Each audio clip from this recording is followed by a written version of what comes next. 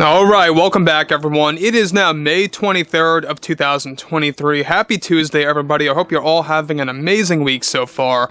And there's been a lot of developments happening behind closed doors over at Disney and Lucasfilm for the future of Star Wars and where it's really going, and how it's all being handled by a lot of responsible creators like John, Dave, and Tony, as in Tony Gilroy, as well as George Lucas helping out with all three of them. They make up so far this quote-unquote dream team that's going to steer things in the right path.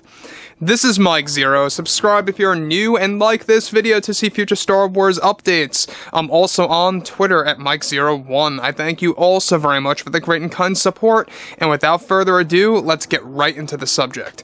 Now, what's really interesting about everything related to the current slate of Star Wars movies, TV shows, and even the comics, video games, and the books is that everything is interconnecting with each other. We know that John and Dave have currently a lot more privileges over at Lucasfilm. They are actually, calling the shots a lot more on the direction of the franchise, where it's heading, how it's going to be controlled, you name it.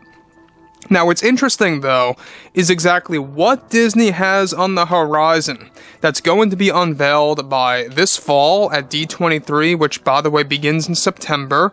It's going to be a very big event that's going to promote a lot of upcoming Star Wars shows, new movie announcements, new books, comics, video games, etc.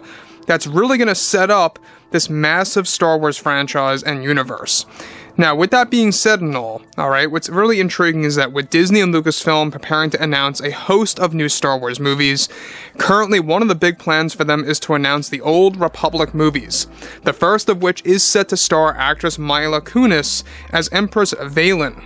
Now, Kunis is set to actually have already accepted the role after Disney has also been trying to get her in Marvel movies. John and Dave are said to be fine-tuning the direction of Valen's backstory, and that it will somewhat differ to how it was done in the old expanded universe. Now guys, we talked about this a couple times, like last week, give or take, about Kunis actually coming into the role of a villainous character, I must add, in the planned Old Republic movie. That's going to be the setup of a new trilogy, essentially. Now, what's interesting about this, though, is exactly how John and Dave are going to somewhat differentiate the iteration of Valen in live action compared to the iteration of Valen in the comics, or should I say in the video games and stuff like that. Now, the thing about the video games is that she wasn't all that explored heavily, so to speak. We got her in a lot of cutscenes and the cinematics. You can also select the character in the game there, here and there, and stuff like that. But what's interesting about this is the fact that they are changing up this Legends character to make her more appealing and interesting than she already is in Legends. Now, the thing about Kunis taking on this role, if you guys go ahead and look at Kunis, she kind of really does resemble Empress Valen. She's got that look. I don't know if you guys ever saw MILA in the Black Swan movie, but basically John and Dave got the idea of really kind of creating a villainous role for her after seeing that film, and felt that it was the best way to kind of model the character off of that. Since this movie is going to have elements of betrayal and family, aspects being torn apart about the mother and the daughter, we'll tap into that in just a second.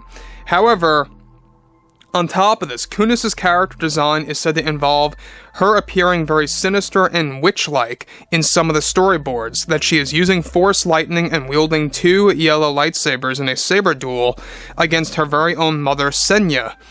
Now, each Old Republic movie is set to focus on 4 different side stories, the first of which, the first film, will focus on Valen, Revan, Bane, and Zana. With Kunis stepping into the role of Valen, the planned side story is set to actually be about the daughter trying to destroy the mother, and that John and Dave are planning on making it dark and sinister with the help of Matt Reeves, who has been asked by Disney to join the film as the main writer. Now guys, be aware that Matt Reeves, I feel he's a great choice for the Old Republic. This is why Disney wants him. They realized that he did a very good job on Planet of the Apes, on The Batman, and he's also working on The Batman 2 right now. It's just a matter of his scheduling conflicts, whether or not the sequel to the Batman is going to get in the way of the production of the first Old Republic film is really what's kind of hanging up Matt Reeves from joining this or accepting this right away. And look, hey, if we gotta wait longer, that's fine by me. Get Matt Reeves. I think he's a visionary. I think he's a great filmmaker with the Batman. Even though it is a different take on the overall character, he knows how to tell stories through a specific perspective that's really kind of putting the audience into the experience. And that's kind of like what he wants to do with other franchises out there alike.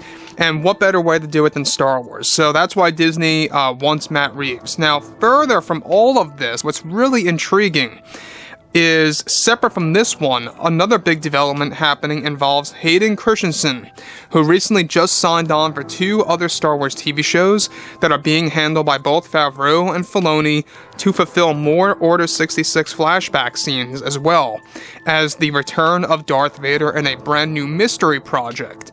Now, Hayden is planned to step back into the suit to portray the most violent take on Vader that will surpass the grittiness planned for the Ahsoka series with his return. Now, as far as more flashbacks, Hayden will be fulfilling more Clone Wars flashbacks as well from Mando Season 4, with a different character design for Anakin Skywalker. Now, about this, guys, we also know that ILM is going to be using new technology, new revolutionary technology that's going to properly de-age Hayden this time around. That's going to be considered flawless. That's going to be considered something that we have never seen before by ILM themselves. Now, if you guys go ahead and look at the Kenobi series and look at Hayden up close in some shots, Kathleen Kennedy really failed to really kind of just focus more on the technology and more on the story. And you can see it vividly in some of the shots for Hayden, where he doesn't look like a 19-year-old, he's looking more like his own age, you know, where it doesn't really kind of contrast the overall specific look of how Anakin was during Attack of the Clones. It really kind of vanishes in some shots, and it's a little weird if you guys really pay attention and pay close. So, what's interesting about this is the fact that 3 things. Hayden will be fulfilling new flashbacks for Order 66, kind of similar to what we got in Obi-Wan Kenobi, except more secrets being unveiled there, as well as new flashbacks for Clone Wars era stuff. But it doesn't end there. The fact that he's going to be stepping into the suit of Darth Vader again and giving us the most violent take on Darth Vader yet is something that I think is very surprising. The fact that it's going to be a more violent version of Vader than what we are going to be getting in the Ahsoka Tano series. Now, for those of you that do not know, Hayden did sign on for a 10-year Star Wars show deal, a multi-show contract deal, so to speak, and on top of that, he just signed on for more roles. So he's being used in small but powerful ways in multiple series, either through flashbacks or present time, whatever it may be. They really are trying to go all out here. So guys, fill me in below in the comments what you all have to say about this, and if you guys did enjoy the content for today, make sure to drop a thumbs up on this video to support the channel, and I will catch you guys next time.